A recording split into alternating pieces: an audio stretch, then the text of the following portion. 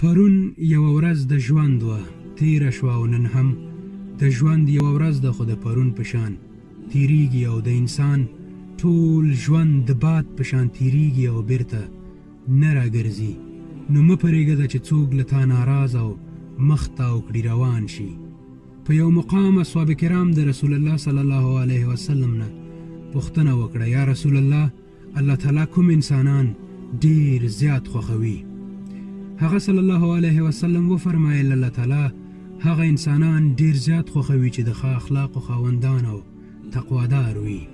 وی فرمایل په ورځ د قیامت به ماته له تاسو څخه تر ټولو نږدې کسان هغه وي چې د ښه اخلاقو خاوندان او تقوادار وي.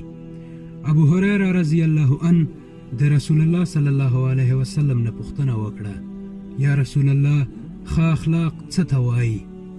هغه صلی الله علیه وسلم وفرمایل د ښه اخلاقو آخري نښې دا دي که څوک له تا نه مخ تاو کړي او روان شي نو ته پرې سلام وکړه، او که څوک یې در سره ماته کړي له هغه سره روغه جوړه وکړه، او که څوک ستا حق وخوري نو ته د هغه حق د هغه تر کوره ورسوه، او که څوک له تا سره زیاتی وکړي نو ته ورته بخښنه وکړه.